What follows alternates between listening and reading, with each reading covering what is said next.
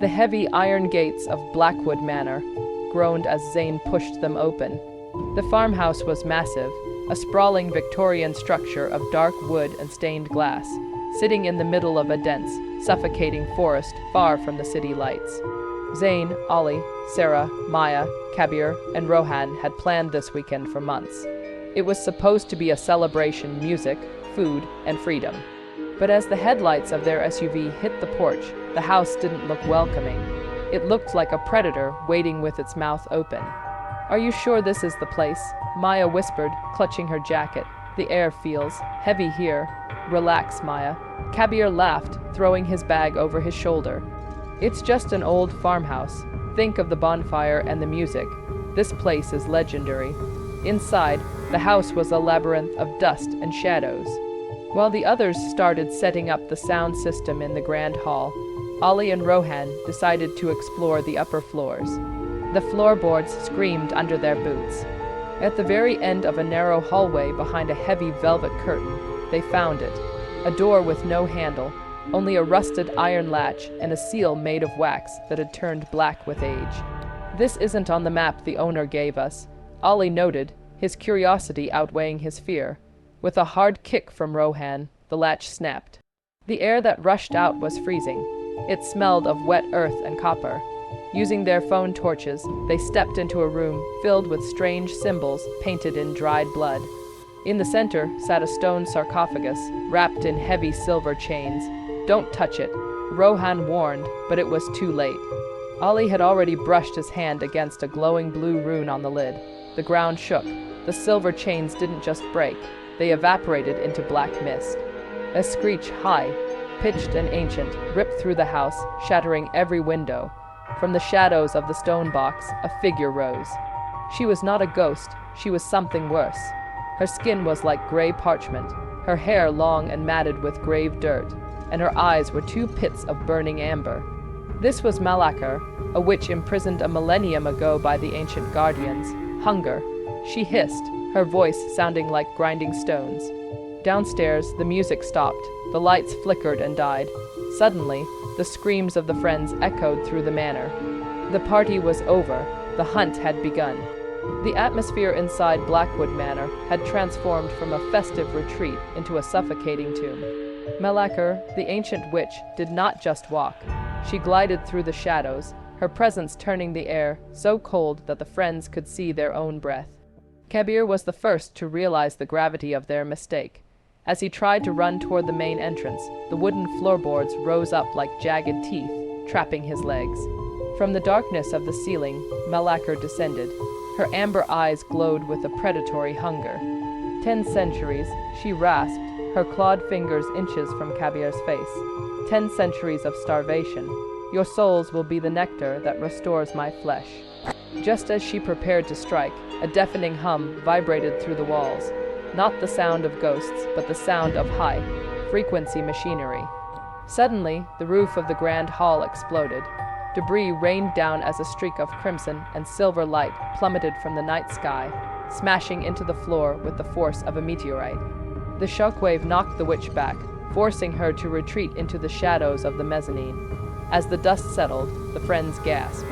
Standing in a crater in the middle of the floor was a figure clad in shimmering, high-tech metallic armor.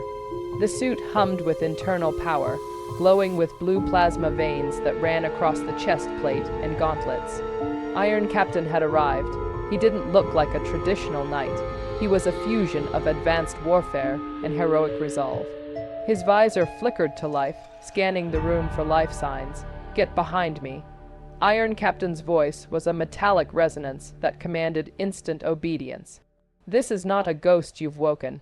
It's a Class 5 ancient entity." Malakar shrieked, a sound that could burst eardrums and unleashed a wave of black necro-energy. Iron Captain didn't flinch.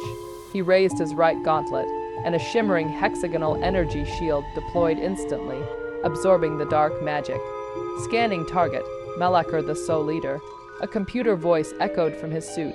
"Origin, 10th century. Threat level, extreme.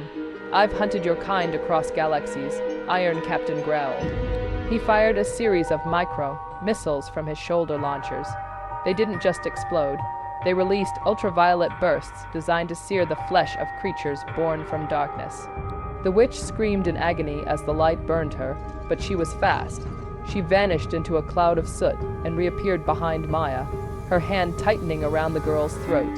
"Drop your weapons, Metal Man," the witch hissed, "or the girl's soul is mine." Iron Captain stood perfectly still. His thrusters hissed as he prepared for a move that would require millisecond precision. The friends watched in terror, caught between a monster from the past and a hero from the future. The grand hall of Blackwood Manor felt like the epicenter of a collapsing world.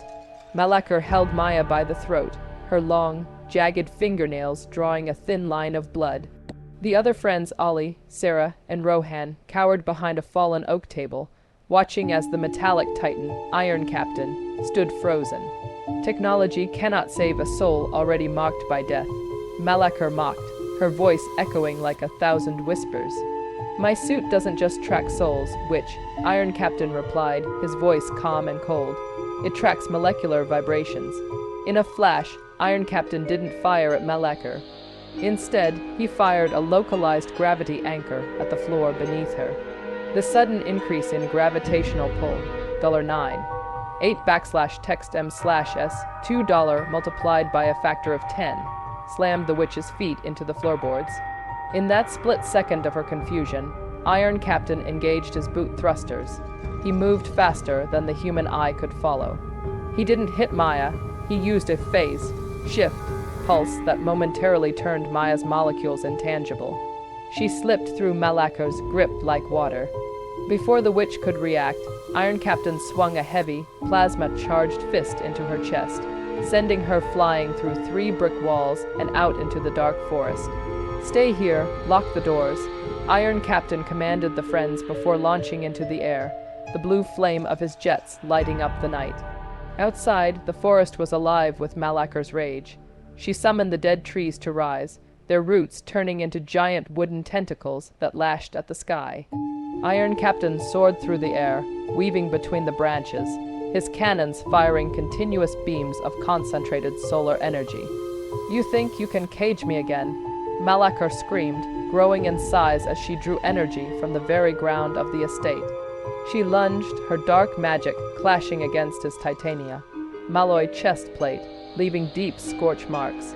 "I'm not here to cage you," Iron Captain growled, his suit's power core beginning to glow a blinding white. "I'm here to delete you." Iron Captain hovered high above the manor. "AI, authorize the hyper, solar core overdrive," he ordered. "Warning, suit integrity at 15%. The computer replied, proceeding with final sanction. He folded his arms across his chest and then snapped them open. A massive sphere of pure, artificial sunlight erupted from his heart. This wasn't just fire.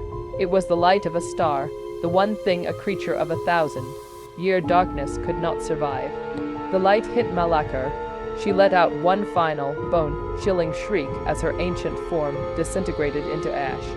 The dark clouds over the farmhouse vanished, replaced by the first real light of dawn.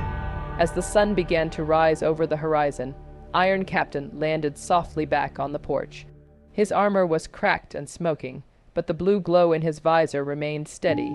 The 5 friends stumbled out of the house, battered but alive. "It's over," he said, retracted his helmet to reveal the face of a man who had seen too many wars. "The seal is restored, and the entity is erased. Get in your cars and never come back to this land." What are you?" Ollie asked, trembling. Iron Captain didn't answer. He simply engaged his thrusters and vanished into the clouds, leaving behind only the smell of ozone and the quiet chirping of morning birds. Survivors looked back at the manor, now just an old, empty house, and knew they had been saved by a hero from another age.